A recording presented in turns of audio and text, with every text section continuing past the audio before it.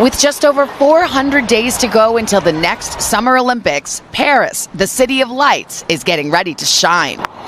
Preparations are well underway. The famous Champs-Élysées getting a makeover, towers, museums, and statues getting touch-ups.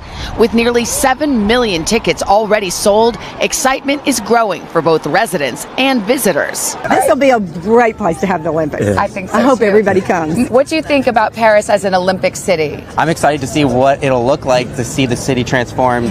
2024 will mark the third games to be played in the French capital, and over 10,000 athletes are expected to attend. That's more than 3 times the number of competitors at the last games here 100 years ago.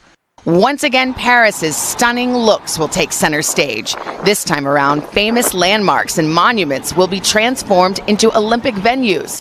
Tony Estanguet, president of the Paris Olympics Organizing Committee and 3-time canoe gold medalist for France, is leading the effort. The concept of Paris 2024 will be very different and unique. It won't be competitions into stadiums. It will be competitions into the city. Beach volleyball will be held right under the iconic Eiffel Tower. Fencing at the Grand Palais, an imposing exhibition hall, and archery at the Esplanade des Invalides, a popular park with stunning views.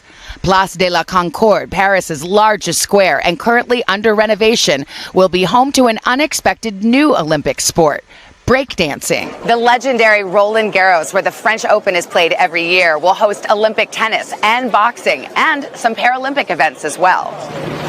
And at the heart of the city, an Olympic first, the River Seine will turn into the most important venue of all, home to a one-of-a-kind opening ceremony on the water.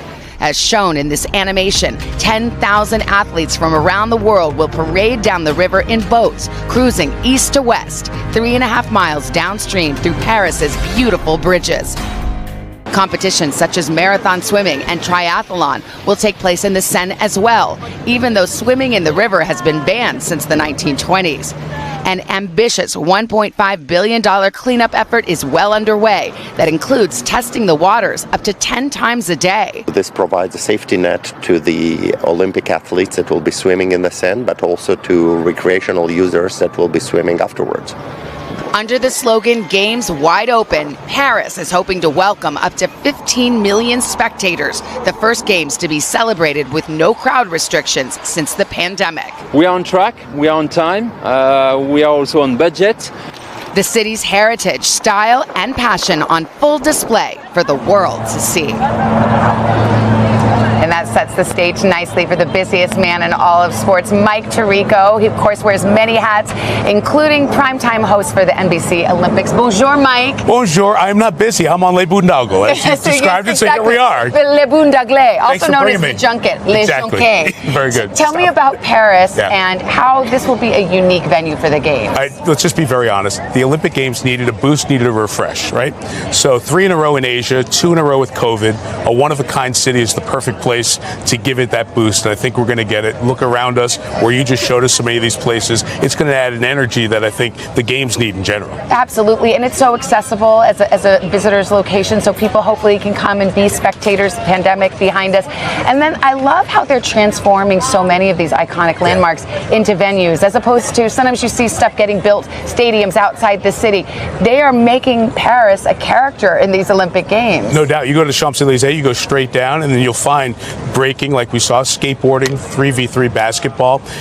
I think 95% of the venues already exist. They're only building a few. That's rare and that's good for long-term sustainability. And 100% of the venues, you can either take public transportation or walk. So this is a real for the people Olympics. So if you're coming, you're going to get everywhere. And equestrian at Versailles. Right, exactly.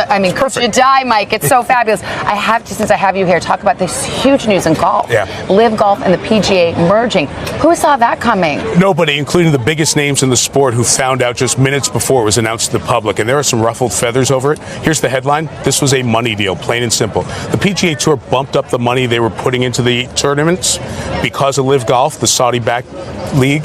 PGA Tour could not sustain that. They needed to really get taken over financially by Live Golf. There's still going to be the PGA Tour, but they're going to have partners with Live Golf. And the winners, I think, are the fans, because they'll see the best golfers play the same events. The losers, the guys who turned down 8 or 9 figures like Tiger and Rory McIlroy, Jordan Spieth, Justin Thomas, they stayed loyal, but unfortunately, they're not going to get that bag of money the other guys did. No, and all the lawsuits are bye-bye. We say au revoir to the lawsuits. And that's one of the reasons that they had to do this, because there was going to be a lot of money exchanging hands eventually in those lawsuits. All right, Mike Tirico, so good to have you. I'm not leaving. I know you're not leaving. We're staying together. Back tomorrow. Mark your calendars for the Paris Olympics and the Paralympics coming to NBC and Peacock next July.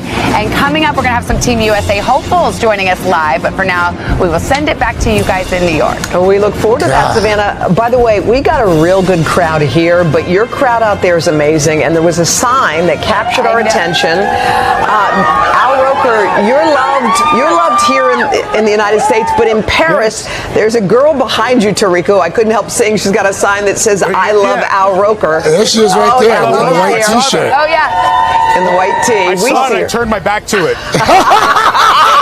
The funny thing is, she thinks he's Al Roker.